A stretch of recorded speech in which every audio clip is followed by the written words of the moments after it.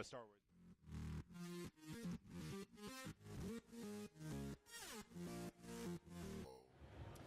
What's up, guys? We're back, and I'm pleased to be here for one demo today to show you a game I'm very excited about, Homefront: The Revolution. I'm here with Faz Salim from Crytek. Yes, thank you. Thank you for joining us today. No worries. I'm very excited about the sequel to Homefront. I really love the original Homefront, at least in terms of its story and atmosphere and what it was trying to do. It didn't all work out, of course, but I'm glad that a studio like Crytek is taking this this IP over, and so we're going to see like a 10-minute demo today and kind of show it off a little bit. That's exactly what we're showing. So Homefront: The Revolution is picking up 4 years after the first Homefront. Obviously the first Homefront, it was 2025 and the KPA just invaded America. This is 4 years into that, so we're now in 2029. It's a mature occupation. The KPA ruling with an iron fist. And they've set up their capital in Philadelphia, which is a significant statement of intent because of all of the historical significance of Philadelphia, and it's the birthplace of US independence, as you know. So we thought this was a really, really interesting place for us to base Homefront: The Revolution. Awesome. So, are there any characters, or is there any ode at all to what happened in the original Homefront? Last we saw Homefront, they were on the Golden Gate Bridge, I believe, and things were going down. We lost a main character. Is there anyone from that game in this, or did you guys kind of start fresh? Yeah, so we've taken that premise. This is that universe, but we've basically starting afresh with new characters and stuff. We're still tipping our hat to what they did in the first game, but this is going to be a new Crytek experience. So we're just putting our stamp on it for this one. Okay, so what does that mean when you say you're going to put your stamp on it? Does it mean, when I think of Crytek, I think of Crysis, I think of open world, I think of exploration and non-linearity. Sure, yeah. Is that what we're going to find in Homefront? Yeah, so that's definitely one of the things we wanted to do. We looked at player feedback from the first game. We know that one of the criticisms was just how linear that game was.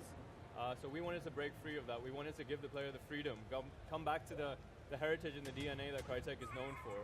The games like Far Cry and Crysis, where we give the player a scenario, drop them into a free roam sandbox world, where they're free to basically approach any situation how they want to, from any angle, not restricting them to a specific way.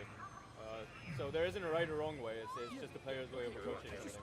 Awesome, so here we are, we're seeing something, this is actually somewhat reminiscent, I think, of the way the original Homefront started, where it's something very chaotic, it's something that got it to you emotionally. What are we witnessing here? So this is Philadelphia, a yellow zone. In the fiction, we've got these ghettos that the KPA have set up, and these ghettos are where they're trying to push the population into, so it's easier for them to manage and control. So right now we're inside one of the yellow zones, and we've just been called out to a mission, a guerrilla mission against the KPA at a police station. So we've got a smartphone, that's what we're using quite a bit to scope out areas. Like I mentioned, we have that sandbox field where we want the player to scope out a situation before they go into it, see what is available to them, what kind of options are available to them, and approach it from whichever angle they want to. So that's exactly what's going on here. We've just found out that there's a resistance stash in the area, and resistance stashes are things that the resistance have placed weapons and handy equipment hidden away in certain locations, and we've got these stashes hidden away for the player to go and find in the environment. So we really want to encourage them to explore the world that we've set up in Philadelphia, using these hobo symbols that you can see on the walls. And yeah, just explore the world, scavenge materials, because you don't have the same equipment as the KPA do.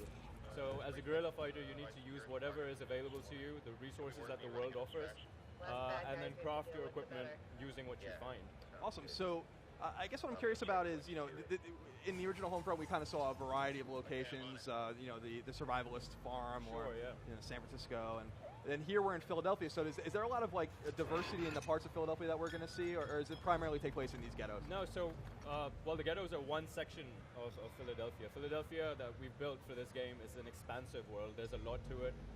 From a fictional point of view, the KPA have set up different zones within Philadelphia. So this is a yellow zone, which is the ghetto, as I mentioned. There's several of these. Each of them has its own feel, its own atmosphere, its own personality. And then apart from the yellow zones, we've got red zones, which are kind of the bombed out row houses. It's kind of the neglected space, which the KPA don't really want to get involved in too much, but they do have a presence there. That's a very expansive space. It's very different to the yellow zones. And then we've got the green zones, which are basically the iconic landmarks, the places that people are familiar with in Philadelphia. This is where the KPA have set up their headquarters, their residential areas, all of their opulent offices. So these are three distinct zones within Philadelphia, each with its own style and its own art style, its own personality. So each of these areas will be open to the player to explore as they go through the story.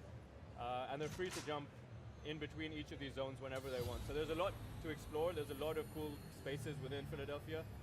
Yeah, so there's a lot of freedom for the player to go about doing their business. When you're jumping between these different zones, is there, can we assume that there's like a main, obviously a main narrative, a campaign, but then side quests or kind of optional things that you can do along the way? Yeah, so we've got story missions, which basically drive the story forward, and this is basically the backbone of the game. And then we've got this free roam Philadelphia world built around it. So the player is free to go about, explore the world, do side quests, do whatever they find in the world. There's plenty of content for them to explore and enjoy.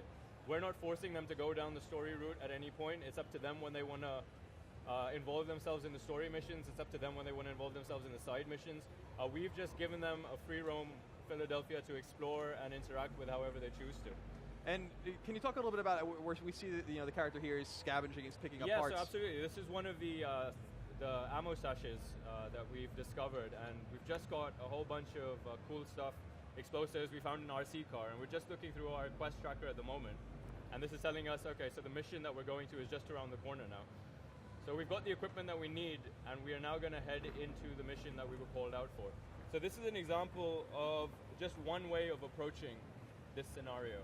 So as we jump over this, we're going to have the police station right in front of us.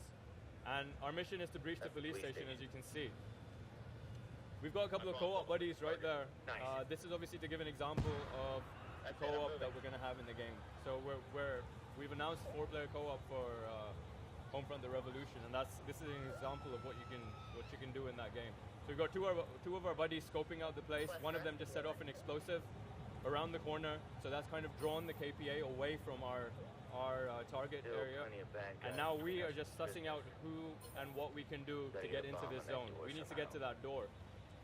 So there's quite a bit of KPA presence. So with this camera you're using, when you're identifying the different cameras, different enemies, will these now appear on a HUD or on your map so you can track them? Yeah, so we've just tagged a few of them, so they're on the mini map now. And we're just heading forward now into it. So what we're going to do is we're going to utilize some of the stuff that we found in the ammo stash that we just went through. One of those things is an RC car, which is right here. And again, this is just one way of doing it. There's no right or wrong way. There's always the player's way. But this is just an example of one way. We're utilizing the RC car. We've just created an IED using some of the stuff we found. We're going to combine that with the RC car, and we're going to utilize what the RC car. And yeah, we're going to now try and approach the police station and set off an explosive without really being detected. So that's one of the things that we really wanted to push for. Now, the RC car is a really handy tool to go in, scope out areas without being detected, or you could use it in an attacking way, such as attaching an IED to it and trying to get in and cause some damage. So obviously you need to be careful about the RC car. We're using cover here. A vehicle that was in the area is just coming through, so we're just going to use that to our advantage and drive through without being detected and hopefully get the explosive in position. So if you wanted to on this, you could come in more guns blazing if you wanted to? Absolutely, if you wanted to. Here we go. There's nothing wrong with doing that. It's probably not the smartest thing to do because, as I mentioned, the KPA have a lot more firepower than the Resistance do. So you gotta be a little more clever. Yeah, so you need to be clever because they will respond heavily. So some of the things that we wanted to push for was we wanted the gunplay to feel like you're a Resistance fighter. So when you're behind cover, you can shoot over the top of it blindly to make sure that you're just hitting the target somehow. We've got Molotov that we're going to use right now.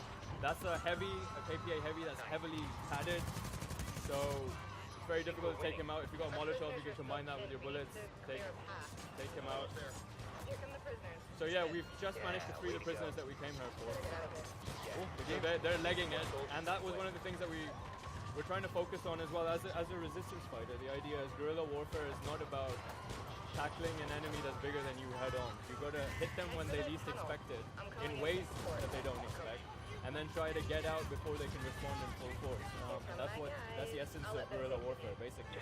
And that's what we're pushing for. We want to be able to hit the enemy when they least expect it, and then get out, melt back into the population. So that's what we're doing. We managed to freeze the guys that we came here for, and now we're just getting out of that situation before it heats up too much. And is the idea, I guess, ultimately for the player to kind of liberate Philadelphia, or at least begin a more vibrant revolution in that area? Yeah, so the idea is that we're trying to ignite a revolution in this highly oppressive Philadelphia. So everything that you do as a player in this world will influence the uprising. So as I said, we've got districts all over Philadelphia, and this is an example of another one. So we've just come out into the red zone, which is one of the more bombed out areas. You'll see a lot of destroyed row houses and stuff. And the idea is that whatever you do in this world, it lets the player ignite the revolution. They're contributing to uprising. So the more uprising they do, whether that's destroying a camera with a brick, whether that's taking out a high-ranking KPA official, it all affects the world around them, and it all affects the inhabitants of this world. They will respond to the things that you're doing in this world. So the more things that you do, they will get out and they'll be like, okay, fine, we have an opportunity to start a revolution here. So you'll see the game from the first hour of playing it to maybe the 9th, 10th, 11th or so on hours into it will be completely different. Awesome, and it sounds longer than the original Homefront, and that's going to get a lot of people excited. We've got a lot of content in there, we've got a big world to explore. So I'm not going to nail down an exact number for you, Understood. but I will say that there's a lot of cool stuff for us to explore in this. Cool, so when can we look forward to this game, and what platforms is it going to be available? So we'll be releasing in 2015 on PC, Xbox One, PS4, Mac, and Linux. Awesome, very excited. Thank you for coming to show us the game today. Thank you for having me. I'm very, very excited about it. We're going to have much more today, so stay tuned. The Division is next.